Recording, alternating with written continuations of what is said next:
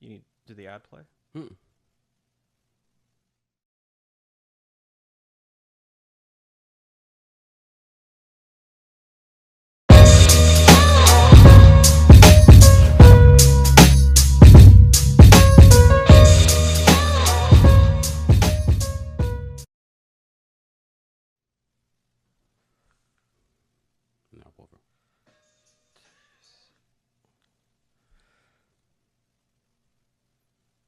All right, I think that we are now live. Welcome to the Halfwheel office. My name is Charlie Minato.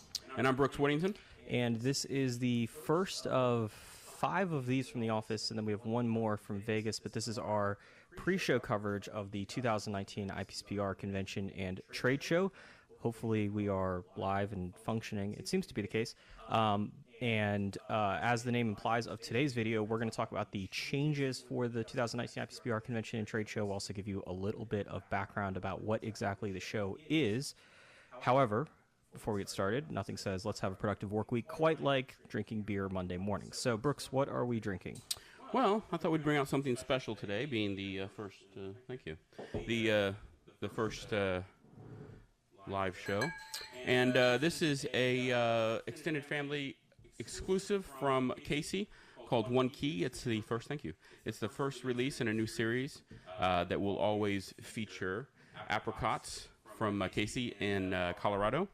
It is a double fruited saison, and it is supposedly very, very good. 6% ABV. And there's been, I think, 3 releases so far now of this specific series, although none of them are exactly the same. I'm hoping that that doesn't explode. Well, if it explodes, it's going your way. Okay.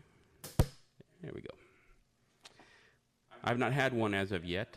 Got a big box from my proxy, and this is the first time I've had it, so I'm hoping that it's actually good. Although Casey does produce some of the best sours in the country as far as I'm concerned. Very low acidity typically, and very approachable in terms of the fruit presence.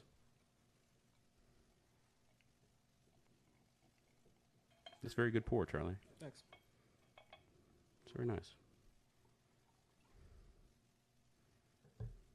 All right.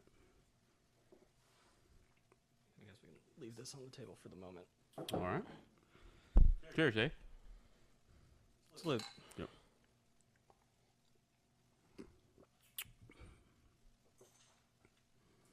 Well, it is sour and not very warm. And Patrick says there's some sort of echo. What would that be caused by? Can you...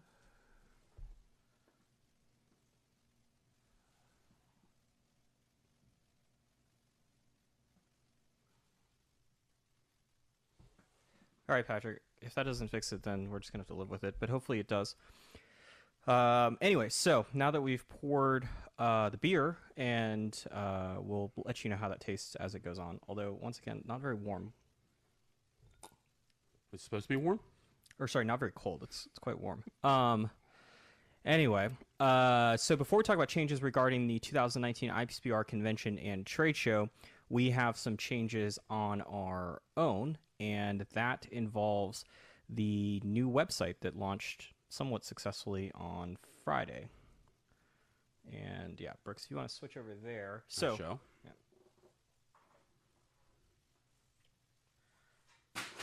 Yikes. Ouch. So this is what the new website looks like, allegedly, although nope. Give me 1 second. There we go. So that is what the new website looks like. You can see that I'm trying to access a menu system unsuccessfully. And as I said, it launched somewhat successfully on Friday. Unfortunately, we had some issues over the weekend, so they should be resolved today.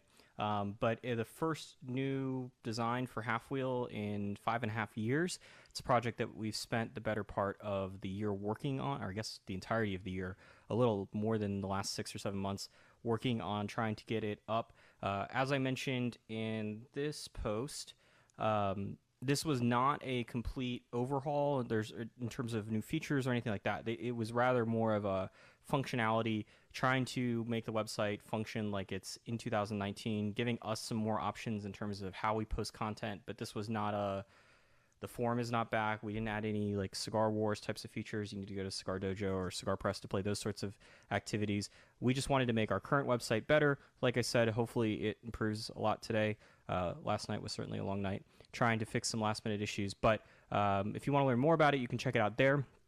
In addition to that, if I keep scrolling down, you will note that we have a contest for a prize. So we're going to have 4 prizes throughout the month of June, one each week leading up into the trade show to celebrate the new website. And the first of those is that ashtray from Jura State. It is a Jura State Mega Standing Ashtray. It is new in the box. It's been sitting here for like a year and a half now. The thing is heavy, so we're only going to give it away to people in the continental U.S. For those of you that are unfamiliar with these ashtrays, they're hand-painted by Subculture Studios, which is based next to the Jura State factory in Esteli. They have a removable ashtray up top, and then it's a floor-standing type of deal, so sort of made for a cigar lounge, even if it's in your home. It's a gigantic piece. We quite frankly don't have enough room for all of them here, and the rules for trying to win the ashtray are on the screen. So once again, this will be the first of 4. They're all going to be sort of big prizes, maybe not all physically this large, but there are a couple of them that are quite large. But they're all going to be quite expensive, I guess. You can't buy these, so some of them will be expensive. Some of them we won't be able to buy, but these are all prizes that I think, Brooks, it's safe to say you and I would enjoy winning. Or certainly, I mean, if you like putting stuff on your walls or putting stuff around the place that you smoke, then it would absolutely be the some of the stuff that you'd like to show off. In fact, I have quite a few of these in my office myself. You have quite a few of the ashtrays in your office? Well, no, some of the other prizes we're about to go into. It was a lead-in, Charlie. Oh. Well, no, I was just wondering if you had. Yeah, go for it. All right. All right, so as Charlie mentioned, we're going to have a lot of different contests, 4 of them, in fact. The other ones... Those 4 are just for the new site. These are a completely separate set. Yeah, these are not part of the 4.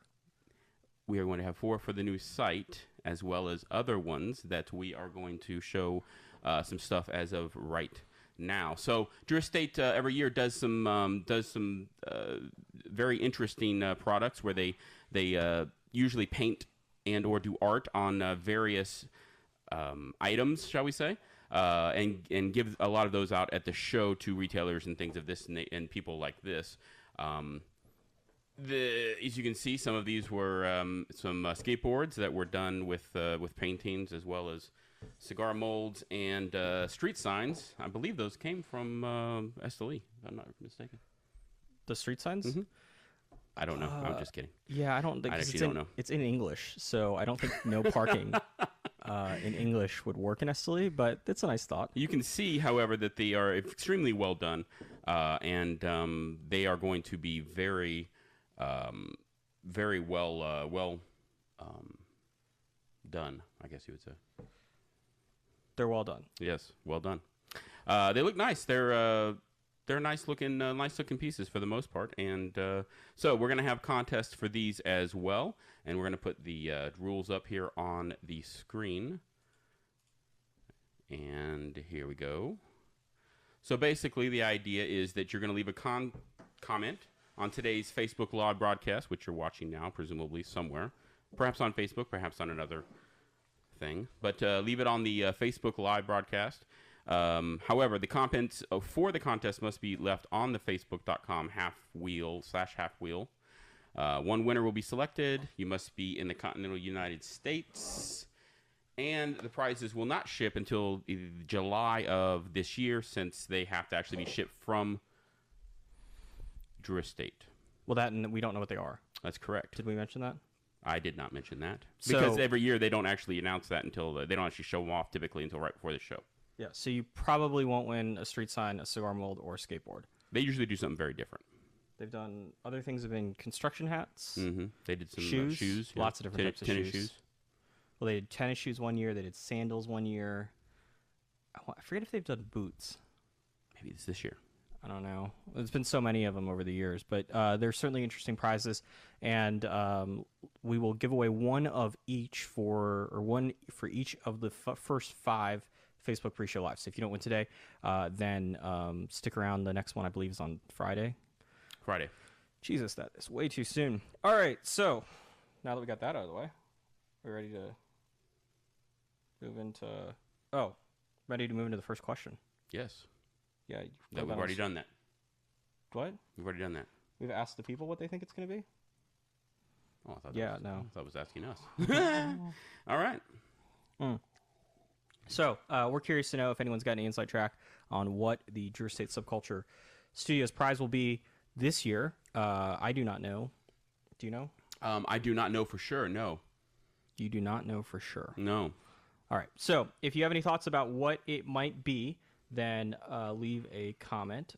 We certainly would like to see if anyone's been...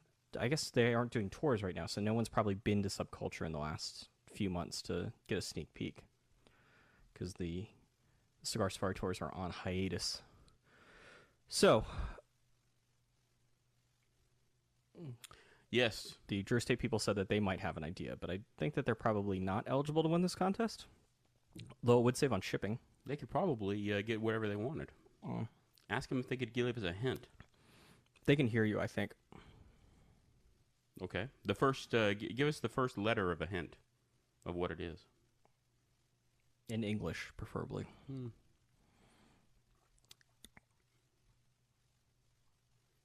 now we're waiting for an answer. Yeah, I don't know if we're going to get one.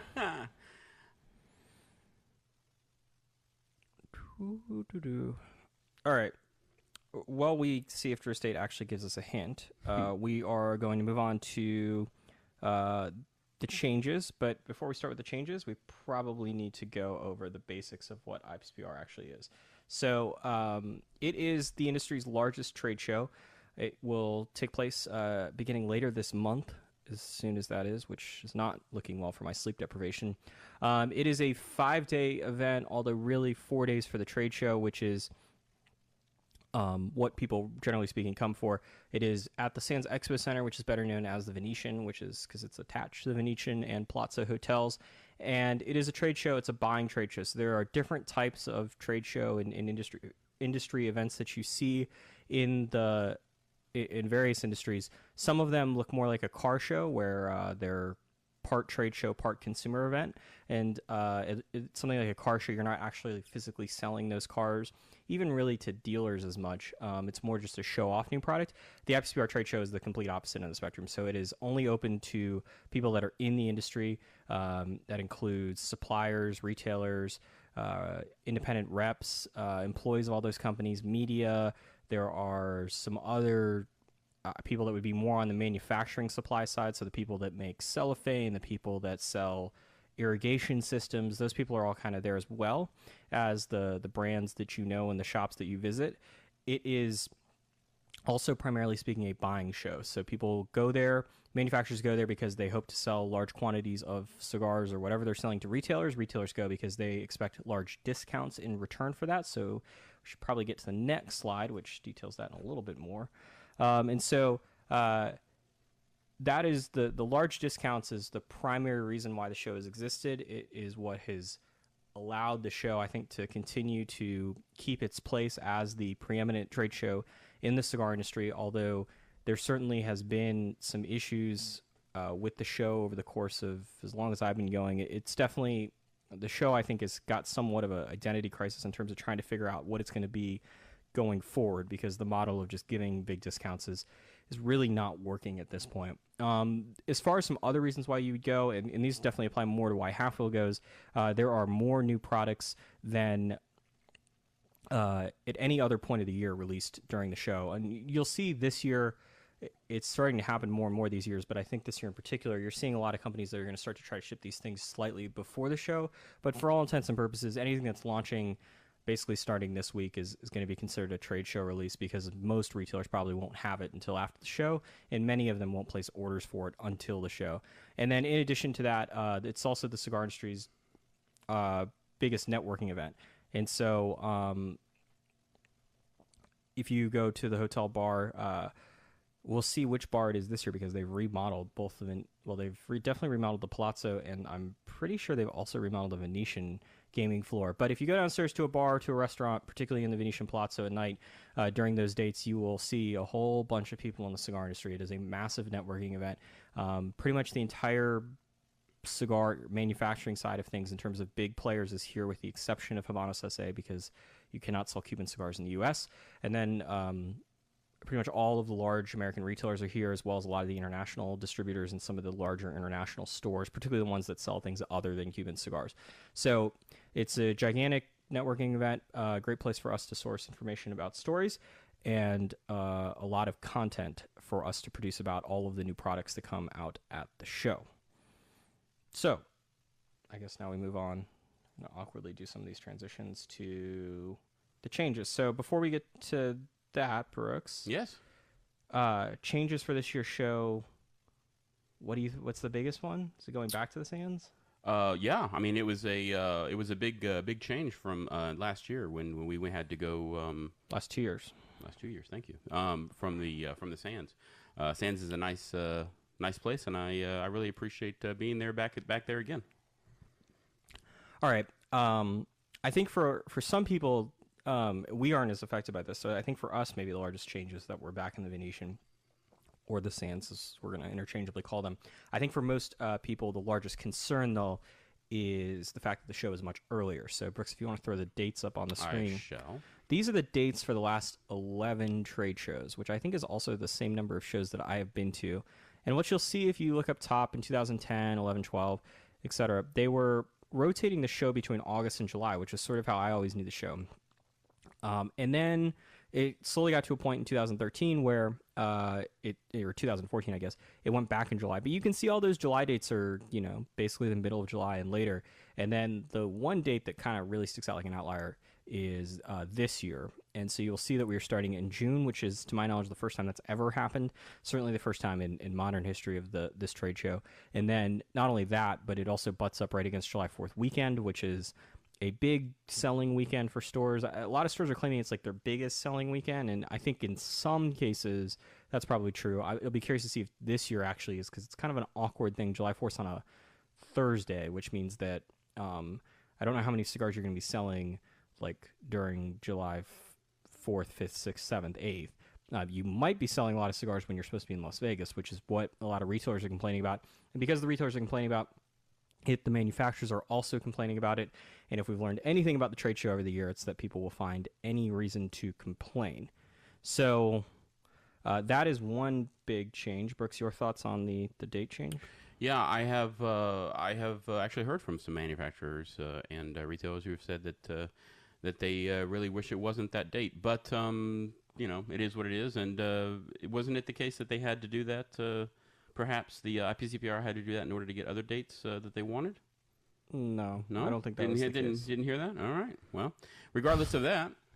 No, regardless of that, it's nice that it's not on the July 4th, around the July 4th holiday next year. And while it's still a little bit early, things should go back to relatively normal. I think that the reason why those dates happened is because the IPCPR wanted to go back to the Sands. It heard from its retailers and manufacturers that they did not like the Las Vegas Convention Center. This is perhaps a bit too much inside baseball for most people, but the Sands is attached to the Venetian and the Palazzo, which is the second largest hotel in the world, the largest in America, and also a very nice hotel. It's an all-suite hotel. The smallest room you can get, I think, is 735 square feet. So it's a very, very nice hotel. The Las Vegas Convention Center is not attached to a hotel specifically. It is right next door to the Westgate, which is very nicely put, a dump, at least in a lot of areas. And then there's also not really many very nice hotels directly around it. In fact, it's very likely that the Venetian is probably the second closest, what people would consider to be nice hotel in Las Vegas. So the members certainly were accustomed to a certain level of luxury, and there is no denying that the Las Vegas Convention Center does not have that. In addition to it, because you are not attached, like in the case of the Sands and the Venetian, if we wanted, Brooks, if you wanted to, you could spend all 6 days in Las Vegas, and never leave the sands. It is a massive complex, and while I don't think that you should, you certainly could just hang out there and go to dinner there and whatever it is you want to do, just basically within that complex. Whereas and more importantly, you don't have to get into a taxi. You don't have to get into a taxi. You don't have to take a tram. You can walk directly from your room to the convention space, which is a very nice perk. You cannot do that at Las Vegas Convention Center because, I mean, you can, but you're going to have to walk outside at the very least. And then there's also the other issue of, when we're at the Las Vegas Convention Center, you kind of feel like you're not necessarily in Las Vegas because you're so far on one end of the strip, whereas the Venetian is sort of right in the heart of it. I mean, you feel like you are in the Viva Las Vegas. I mean, I think the current Viva Las Vegas commercial is actually takes place largely at the Venetian. So, it feels like the Vegas that I think people idolize, if that's the right way to describe Las Vegas. Whereas I don't think there's any denying that the Westgate is certainly not that case. Westgate is not as nice. There's no doubt about that. All right. So on the note of venue change, if you want to. Uh-huh. So as far as the venue change, one other kind of weird thing that takes place with the venue changing this year is that this is the trade show space is laid out in a much different manner than it was last year. So this is last year's show, which is, as you'll see, sort of a wide rectangle, not as wide as New Orleans, which was kind of twice as wide as this. But when you compare it to this year is just a square. And so it creates a different feeling of the show. And I think it's an interesting sort of thing to note. It'll be curious to see how many people actually take note of it.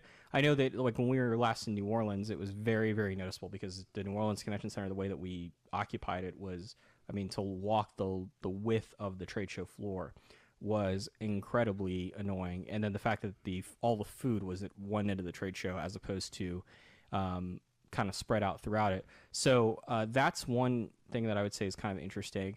Another thing for this year that's a change is that you will note that the blue areas here have been set up. And so because of issues with the sands in terms of where we can smoke or where they want us smoking, I guess is a better way to put it, the IPCPR has had to move all of its meeting rooms as well as all of the sort of day zero, so all the conventions types of things, all the seminars, the morning breakfast, all that's going to be attached essentially to the trade show floor, whereas in prior years it was normally down a hallway or upstairs or whatever.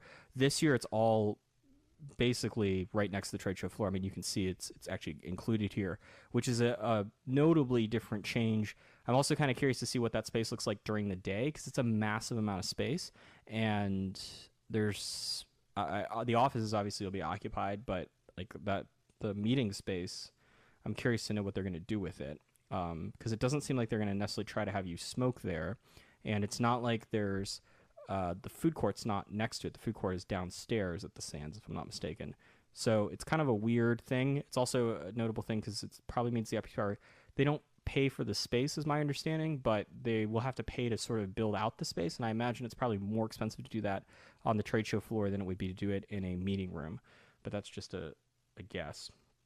So there's that. I would leave that up on the screen. And while we continue to talk about the venue, one other note is that if you look at this map here, you can see that all of the big booths are all at the front. Now, there's obviously some small booths intermixed in there, but when you look at the back third of the show, there is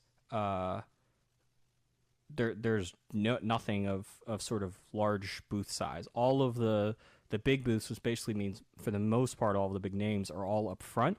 I'm of the belief, after going to however many trade shows was up on the screen earlier, that it doesn't really matter so much who you're next to.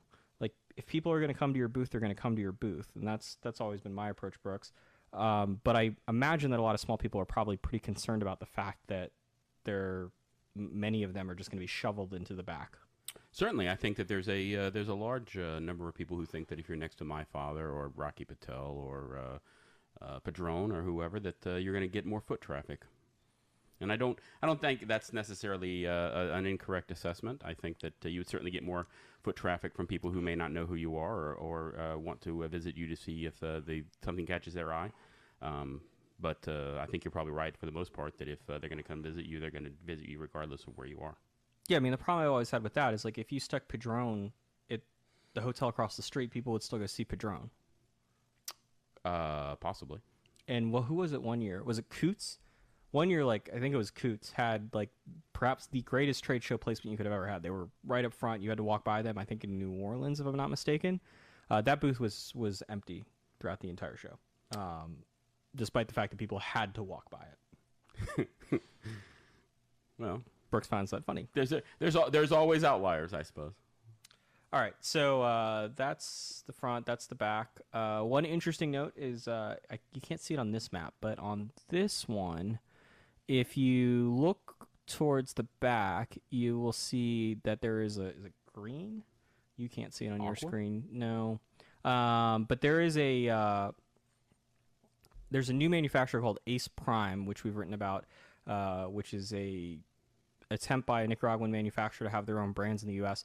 They have a partnership now with two former NBA players, Dominic Wilkins and Tiago Splitter, and they have set up what it's described as like a basketball experience, but I think there might be like a basketball hoop going on the trade show floor. Not only going on the trade show floor, but I think it's directly next to where we will be working out at Brooks. That's awesome. Two things. Number one, I will not be playing basketball. And number two, hopefully there's a cigar named Tiago. Or Split. It's called MXS by Tiago Splitter. All right, so we're going to move on with the changes. I don't really know what's next. Oh, not that one. Nope, keep going.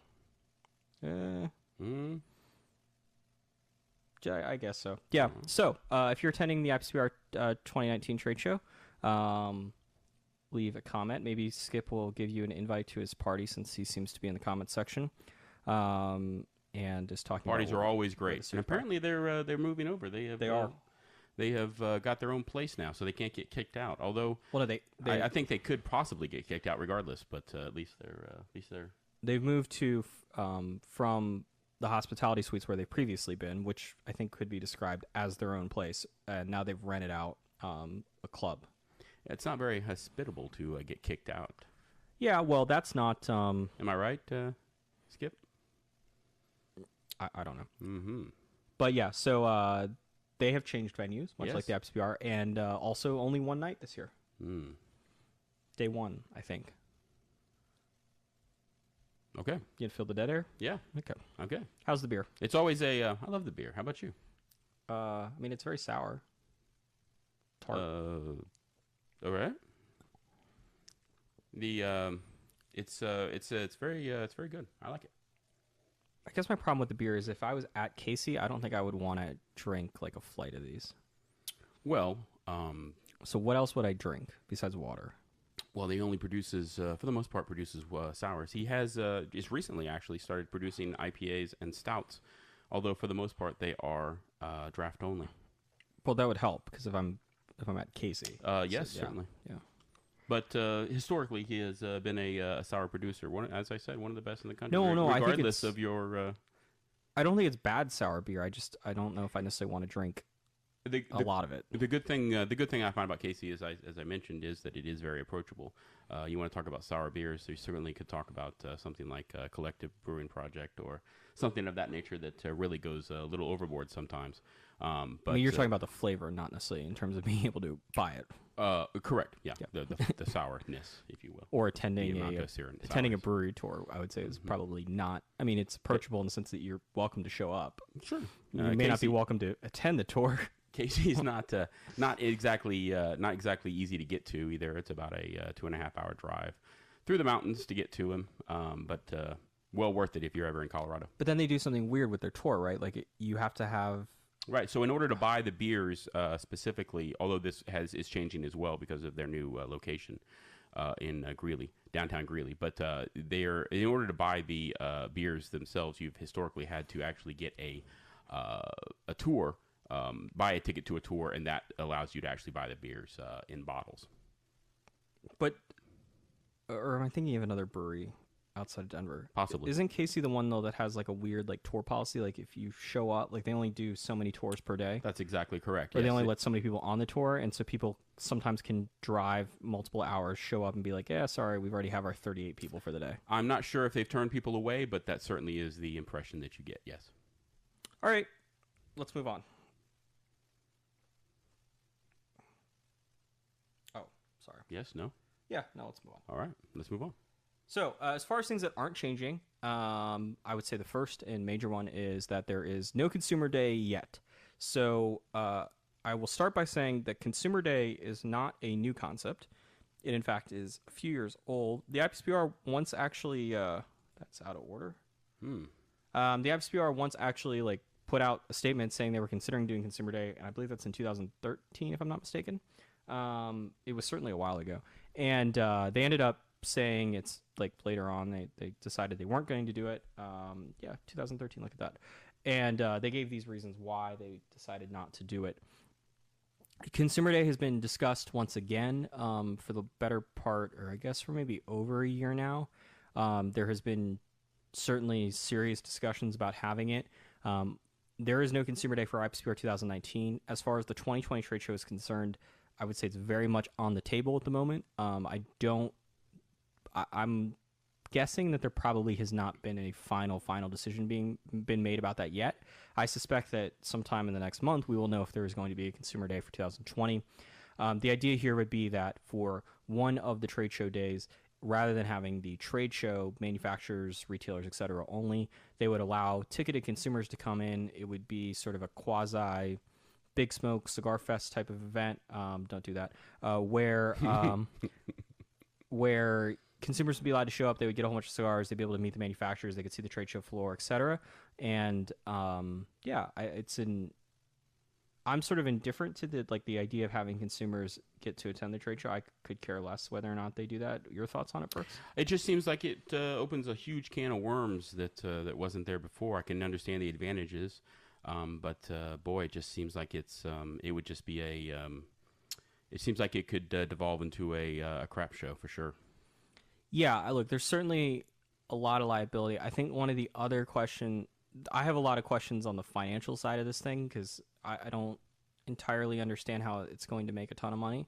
I say that with some understanding that Consumer Days, or not Consumer Days, but sorry, large multi-vendor cigar events, for the most part, don't seem to be doing great at the moment.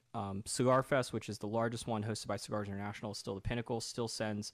or still sells out very quickly, has 7,500 people show up, massive event. That seems to be doing okay, or well.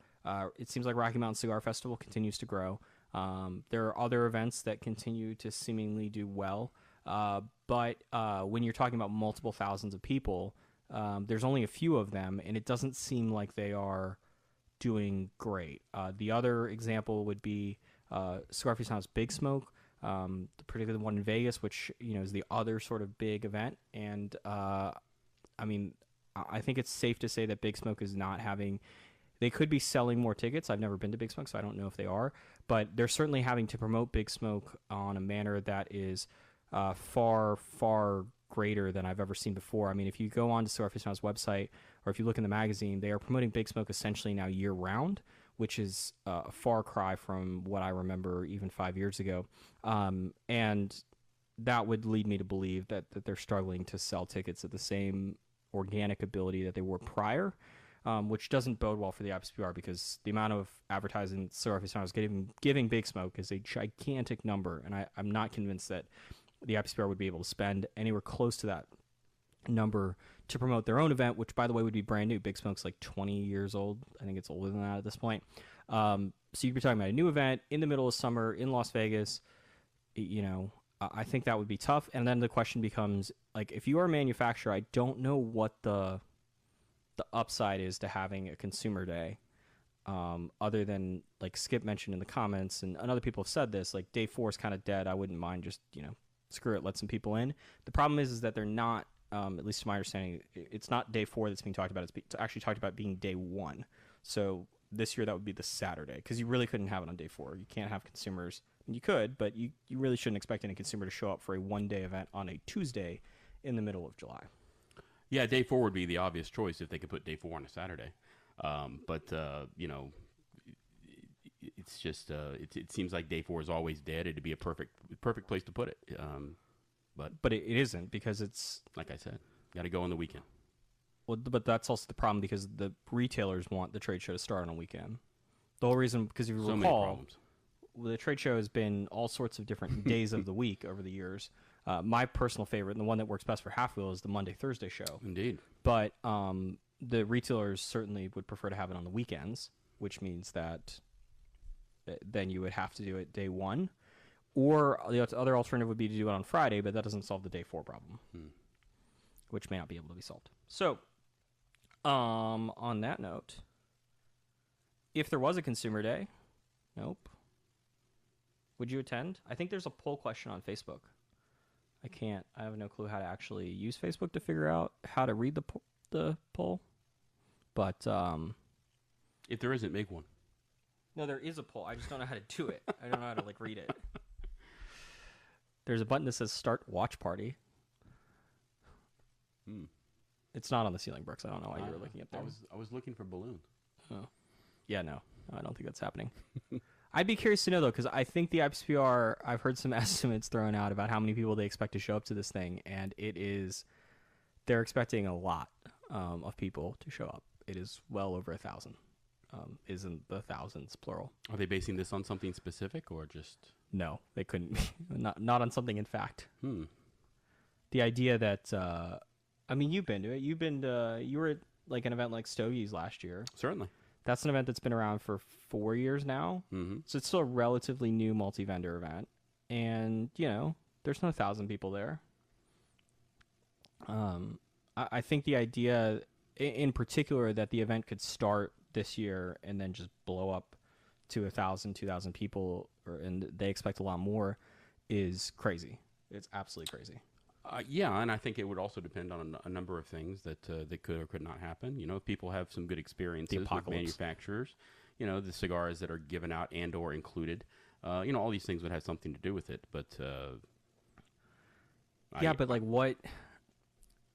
Obviously, I don't know exactly what the last estimate was on what the pricing was going to be to get these people to show up, but I can't imagine it was going to be very cheap. I just think it's a tough thing, and I think the other question I would have with Consumer Day is a lot of those consumers that already want to go to the trade show that badly are actually probably already going because a retailer or a manufacturer, somebody's giving them a badge to get in.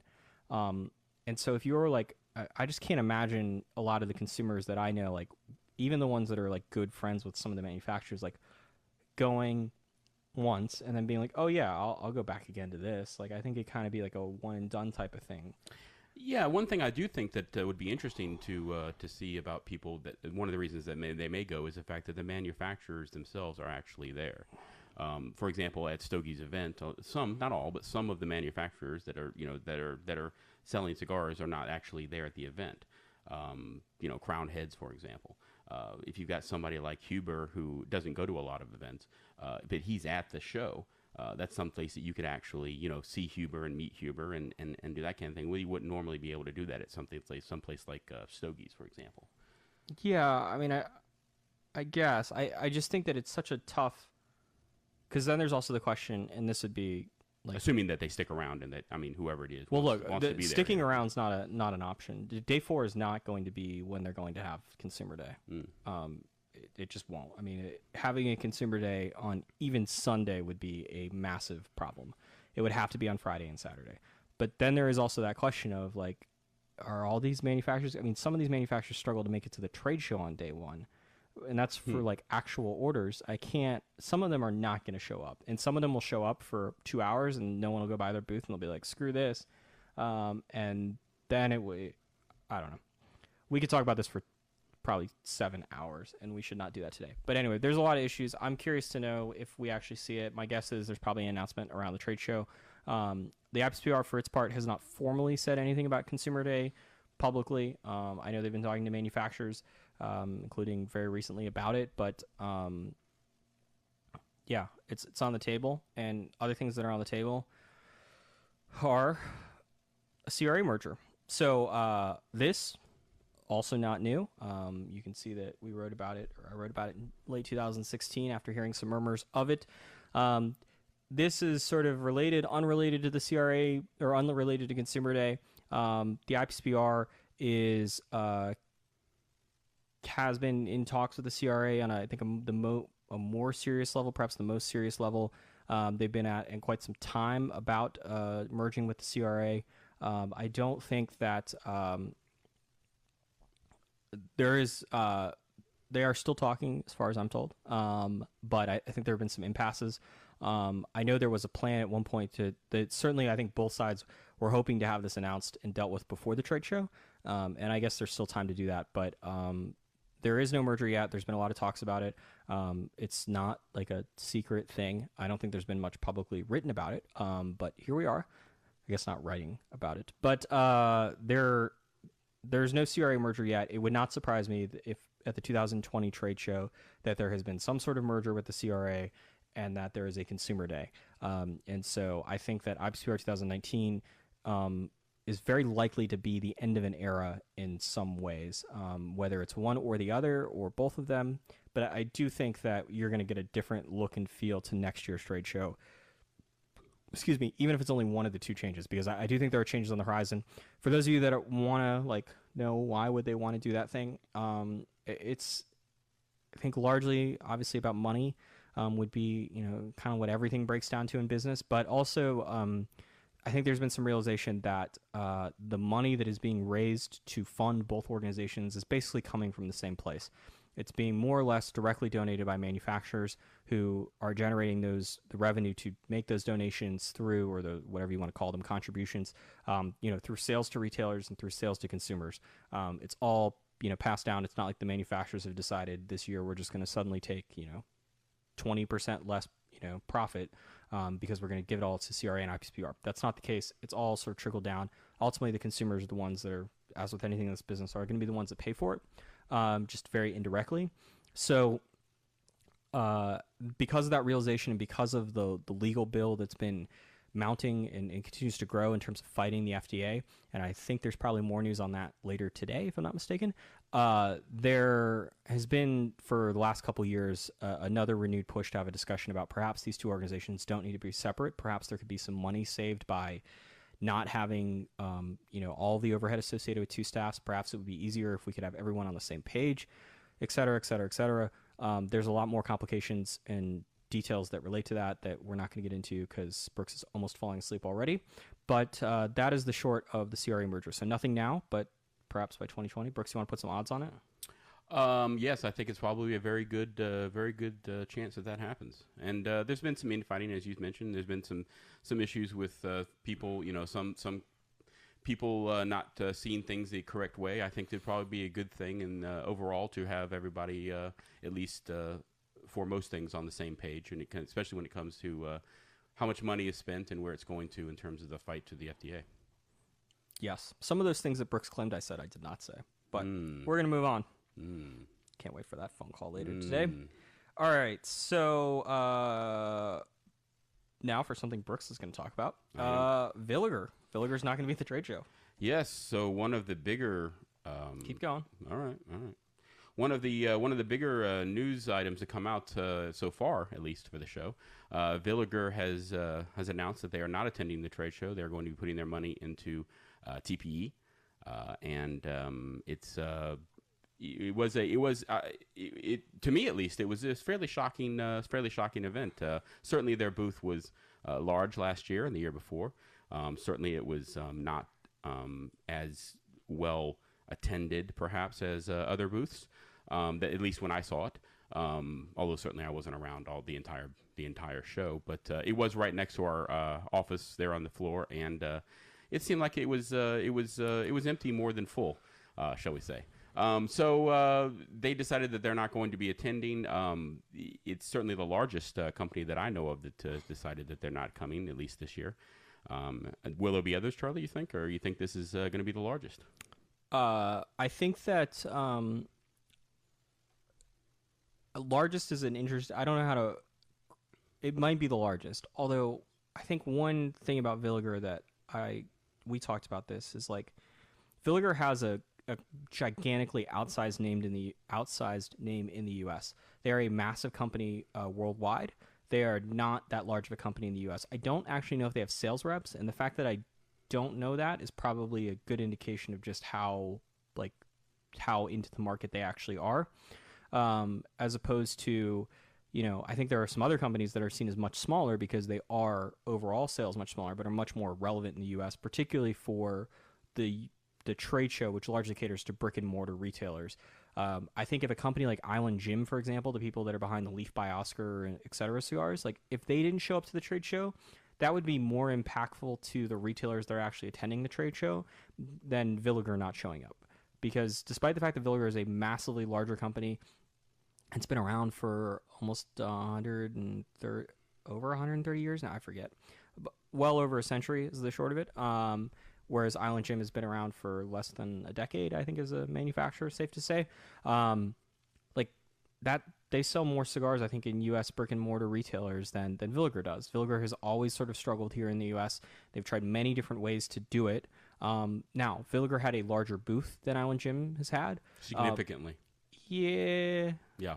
I don't know how much actual square footage it is. It looks a lot larger because it's super tall.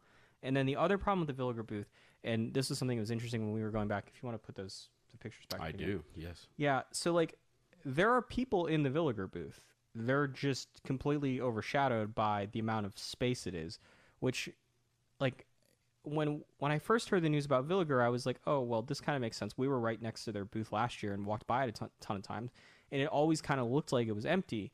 But it's not because people, in all of these pictures, there are actually people in the booth. The problem is that there are just far more places to sit, and there's just a ton of room that's not being utilized in this booth. And it's a basic understanding of size and space and things like that, which is you always kind of want to make it a little bit smaller. You don't want to do what Christian Aroa did back in the day where you just couldn't physically walk around the booth, but you don't want to have a whole bunch of open space, particularly this space where no one can do anything next to those displays. I guess you can go walk by them and show off the product, but you can't take pictures in front of them. Yeah, but you can't take an order there. You'd have to do it standing up. You'd have to write on the trade show display. So I think a lot of this was misused space, and I think that it maybe it certainly I think makes the problem look worse than it already is. I will say there are other companies that aren't going to the trade show. The Villiger, we're spending money at TPE, whatever you want to call that, whether it's an excuse or a marketing decision. That has been truth. That has been utilized by other people, but they're not. They're not going to bring that trade show booth to TPE. If they did that, then they should just stop going to trade shows altogether, because then you just have no understanding of trade shows. They're going to make a decision to spend less money, and I don't think it's necessarily the wrong decision. If you're not making money at IPCPR, you shouldn't continue to go back every year. However, I don't know how much of this is. I think there are two parts of the story. I think some of it is the fact that the IPCPR trade show could be doing a lot better jobs in a lot of areas, and some of it is I think Villiger had way too big of a presence for no reason at the IPCPR trade show, and they did it for multiple years, which is kind of the other surprising part. We go back to 2012 and talk about how Villiger had way too big of a booth that we, for some reason, spent 3 hours in that year. I always find it interesting, particularly over the last few years, you've seen companies, big companies that have shrunk their booths and made them smaller.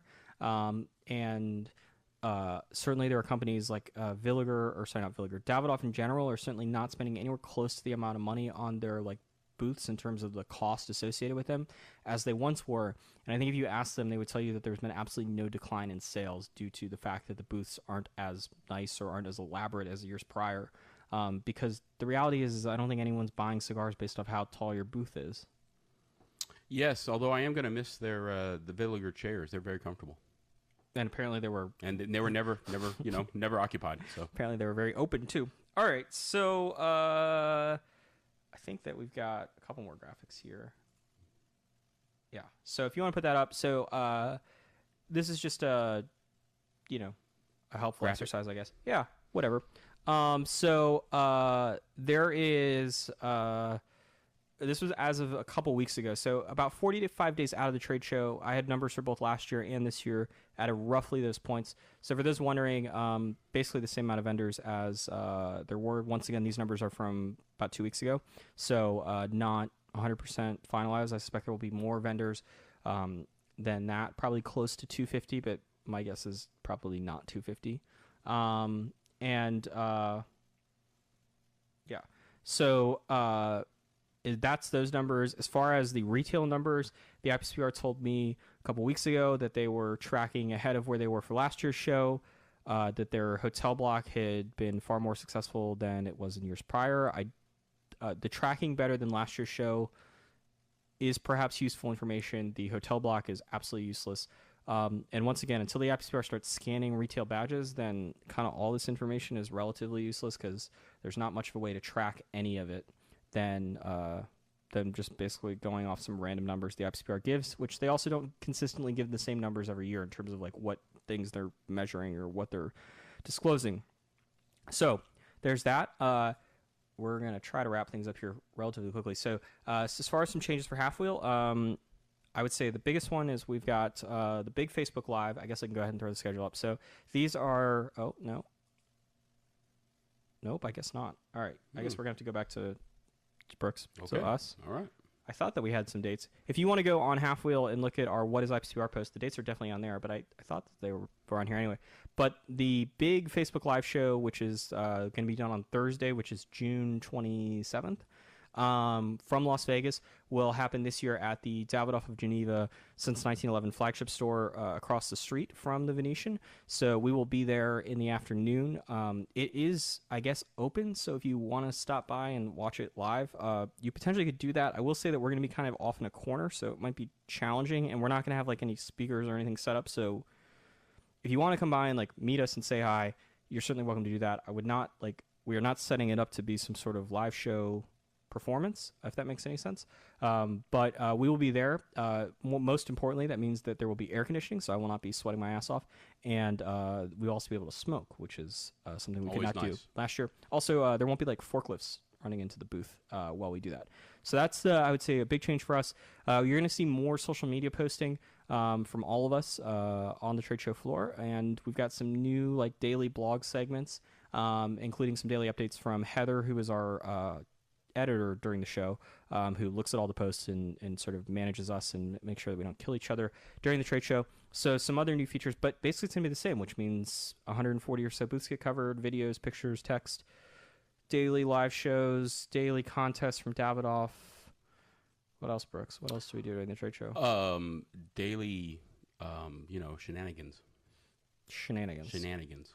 All right, great. So we are going to look and see if Patrick has sent any questions and talk about them. So Ed Ryan says that if they did add a consumer day, what about doing it the first day while the retailers are supposed to be in the seminars? That's an interesting one. While the retailers are supposed to be in the seminars is funny. The retailers historically do not attend those seminars. They're not very well attended typically. I don't know. The problem with that is that's a setup day, so it would mean that you would have to push the trade show another day earlier. The ideas that I've heard have basically all involved replacing one of the days with a consumer day for whatever it's worth. Charge $500 a ticket. I think that that's probably a bit more than what they plan on charging, but probably not that far off. And would it boost retailer attendance? Absolutely not. I mean, I think that the IPCPR has got to find ways to make retailers want to come to the trade show, and I don't think that turning the trade show into a consumer day for a day is going to incentivize any of them to show up to the trade show.